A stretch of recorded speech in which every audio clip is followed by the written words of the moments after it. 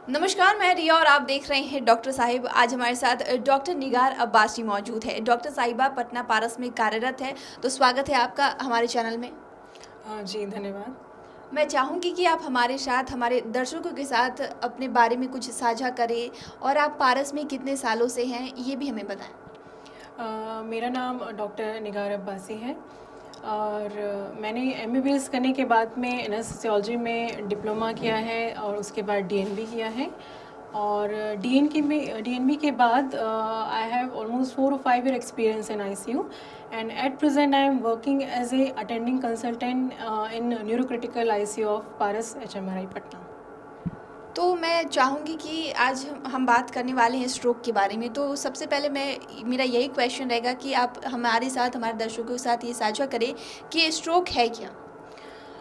देखिए, स्ट्रोक एक बहुत ही गंभीर बीमारी है। इसका अंदाज़ा इसी बात से लगाया जा सकता है कि हमारे देश में तकरीबन डेली 2000 मौतें स्ट्रोक की वजह से होती हैं। ये हमारे देश में मौत का एक दूसरा सबसे बड़ा कारण है और ये भी जानना हमारे लिए बहुत ज़रूरी है कि हमारे देश में विकलांगता का एक ये सबसे मुख्य कारण है। तो स्ट्रोक एक बहुत ही गंभीर बीमारी इसलिए भी मानी जाती है। अगर टाइप की बात करें स्ट्रोक की, तो टाइप क्या हो सकते हैं? स्ट्रोक मुख्यतः 2 प्रकार के होते हैं। पहला स्ट्रोक जो है वो इश्केमिक स्ट्रोक कहलाता है और दूसरा हेमरेजिक स्ट्रोक कहलाता है। इश्केमिक स्ट्रोक में ब्रेन को जो खून सप्लाई करने वाली नसें हैं उसमें खून का थक्का जम जाने से ब्रेन के उस हिस्से में खून का प्रवाह बंद हो जाता है और वो हिस्सा डैमेज हो जाता है।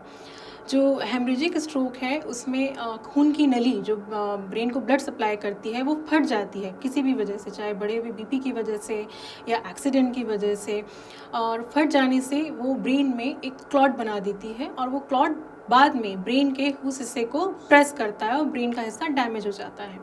तो टाइप चाहे कोई भी हो, इश्केमिक स्ट्रोक या हेमरेजिक स्ट्रोक, ब्रेन की ब्लड सप्लाई हैम्पर होती है, ब्रेन का एक पर्टिकुलर हिस्सा हैम्पर होता है, डैमेज होता है और ब्रेन का वो हिस्सा बॉडी के जिन पार्ट को, जिन कामों को कंट्रोल करता है वो काम करना बंद कर देते हैं।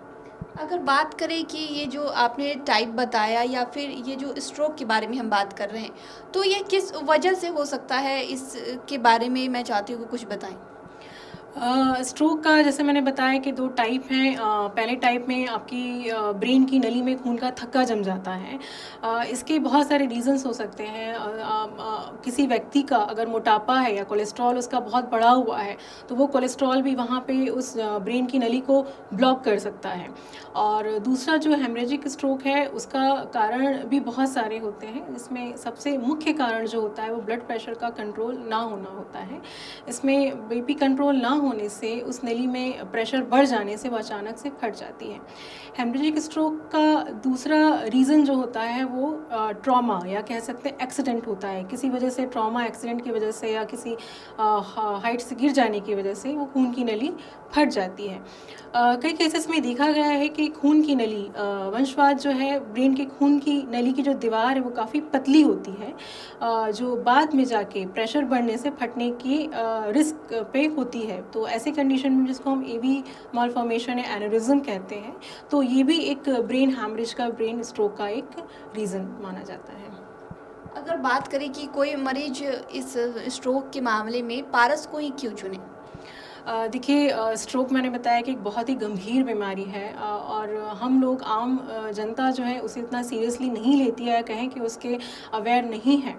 क्योंकि स्ट्रोक एक पेनलेस बीमारी है। जिस तरीके से हार्ट अटैक में मरीज़ को बहुत पेन होता है और वो समझ जाता है कि उसे संभवतः हार्ट अटैक है और वो फ़ौरन हॉस्पिटल की तरफ भागता है, स्ट्रोक के साथ ऐसा नहीं है। चूँकि स्ट्रोक एक पेनफुल नहीं होता है, लोगों में उतनी अवेयरनेस नहीं होती है, तो लोग ज़्यादातर इस चीज़ को नज़रअंदाज कर देते हैं सिम्टम्स आने के बाद भी और हॉस्पिटल आने में देरी कर देते हैं। और पारस हॉस्पिटल को ही क्यों चुने, इसका एक रीज़न ये है कि पारस हॉस्पिटल एक टर्शरी केयर यूनिट है। यहाँ पे हमारी सुविधाएं ग्राउंड फ्लोर पे इमरजेंसी डिपार्टमेंट से ही स्टार्ट हो जाती हैं। सपोज़ अगर कोई स्ट्रोक का पेशेंट हमारे पास आता है तो इमरजेंसी में ही, जहाँ पे round the clock emergency doctors available हैं, डेडिकेटेड स्टाफ अवेलेबल है, वहीं से उसके सिम्टम्स को कैच कर लिया जाता है कि संभवतः ऐसे स्ट्रोक हो सकता है। उसे प्राइमरीली स्टेबलाइज करके उसका अकॉर्डिंगली सीटी स्कैन या ज़रूरत पड़ने पे एमआरआई ब्रेन भी कराया जाता है। मीनवाइल उसे ज़रूरत पड़ने पे आईसीयू फिर शिफ्ट कराया जाता है। और आईसीयू में जब हमारे पास पेशेंट आ जाता है तब तक हमें पता चल चुका होता है, चूँकि उसका टाइमली सीटी एमआरआई वगैरह हो चुका होता है, हमको पता चल चुका होता है कि किस टाइप का स्ट्रोक है, इश्केमिक है या हेमरेजिक है। तो आईसीयू तक आने में पता लगने के बाद हम उसका फिर फ़ौरन उस अकॉर्डिंगली उसका ट्रीटमेंट स्टार्ट कर देते हैं। तो जैसा कि आपने वीडियो में जो बताया था कि बीपी के बारे में भी बताया था कि बीपी बढ़ने का भी एक कारण हो सकता है, तो आप क्या बीपी किस तरीके से एक इंसान कंट्रोल रख सकता है, उसे क्या क्या सावधानियां बरतनी चाहिए? देखिए, ब्लड प्रेशर को लेके आज भी हमारे देश में या कहें ग्रामीण क्षेत्रों में इतनी अवेयरनेस, उतनी सीरियसनेस नहीं है।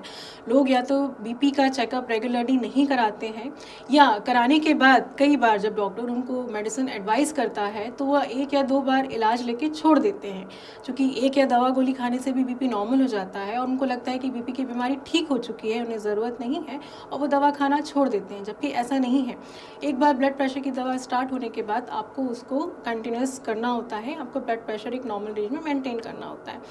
तो एक यही एक वजह होती है, या तो चेक नहीं होता है या ब्लड प्रेशर की दवा में लोग नियमित नहीं होते हैं, और इस वजह से अचानक से ब्लड प्रेशर बढ़ने पे उनकी ब्रेन की नसों पे असर होता है और वो फट जाती हैं। एक ये भी वजह है कि हमारे पास बहुत सारे ऐसे पेशेंट आते हैं स्ट्रोक के जो काफ़ी क्रिटिकल होते हैं और उनका ब्लड प्रेशर बहुत बढ़ा हुआ होता है, इतना बढ़ा हुआ होता है कि हमको उनको इंजेक्टेबल दवाइयाँ देके कम करना होता है। तो बीपी का नियमित रूप से दवा ना लेना, उसका कंट्रोल ना होना एक बहुत बड़ा रिस्क फैक्टर है स्ट्रोक के लिए। शुक्रिया डॉक्टर साहिबा, आपने जो हमारे साथ हमारे दर्शकों के साथ जानकारी साझा की उसके लिए बहुत बहुत शुक्रिया। धन्यवाद। तो आप डॉक्टर निगार अब्बासी को सुन रहे थे, जिन्होंने इतनी सारी जानकारी हमारे साथ स्ट्रोक के बारे में साझा की है। इस विषय में आपकी क्या राय, हमें कमेंट कर ज़रूर बताएं। चैनल को सब्सक्राइब करें, फेसबुक पेज को लाइक करें। डॉक्टर साहिब से आपके क्या सवाल है, हमें कमेंट कर या मेल के माध्यम से भेज सकते हैं। वीडियो देखने के लिए आपका शुक्रिया।